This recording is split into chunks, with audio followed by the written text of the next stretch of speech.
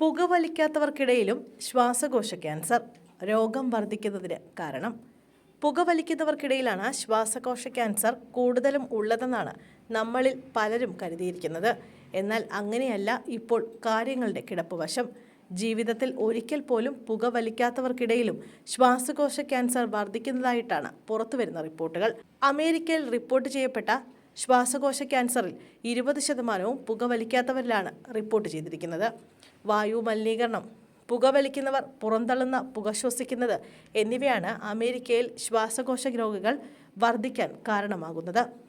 പാരമ്പര്യമായും ശ്വാസകോശ ക്യാൻസർ ബാധിക്കാൻ കാരണമാവുന്നുണ്ട്. ഇതിനു പുറമെ നിർമ്മാണം അല്ലെങ്കിൽ ഖനനം പോലുള്ള ജോലികളിൽ പ്രവർത്തിക്കുന്ന തൊഴിലാളികൾക്കും ശ്വാസകോശ ക്യാൻസർ സാധ്യത കൂടുതലാണ്. COPD അല്ലെങ്കിൽ ഇൻഡസ്ട്രീഷ്യൽ ശ്വാസകോശ രോഗം പോലുള്ള വിട്ടുമാറാത്ത ശ്വാസകോശ അവസ്ഥകളുള്ള വ്യക്തികൾക്ക് ശ്വാസകോശ അർബുദം വരാനുള്ള സാധ്യത കൂടുതലാണ്. പുകവലിക്കാത്ത ആളുകളിലെ ശ്വാസകോശ ക്യാൻസർ നേരത്തെ തിരിച്ചറിയാം. സ്ഥിരമായ ചുമ, നെഞ്ചുവേദന, ശ്വാസതടസ്സം, അപ്രതീക്ഷിതമായി ഭാരം കുറയുക, ക്ഷീണം, വായിൽ നിന്ന് രക്തം വരൽ തുടങ്ങിയ ലക്ഷണങ്ങൾ ശ്വാസകോശ ക്യാൻസറിൻ്റേതാവാനുള്ള സാധ്യതയുണ്ട്. പലപ്പോഴും ഇത്തരം ലക്ഷണങ്ങൾ ശ്രദ്ധിക്കാതെ വിടാറാണ് പതിവ്. രോഗം മൂർച്ഛിക്കുമ്പോഴായിരിക്കും ലക്ഷണങ്ങളുടെ യഥാർത്ഥ കാരണം മനസ്സിലാവുക. അഡിനോകാർസിനോമ എന്ന ക്യാൻസർ വകഭേദമാണ് പുകവലിക്കാത്തവരിൽ കൂടുതലായി കാണുന്നത്.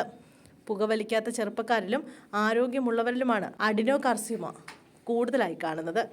ചെറിയ സെൽ ശ്വാസകോശ അർബുദം പുകവലിക്കാത്തവരിൽ അപൂർവമാണെങ്കിലും ചില സന്ദർഭങ്ങളിൽ ഈ രോഗവും പുകവലിക്കാത്തവർക്കിടയിൽ കാണാം.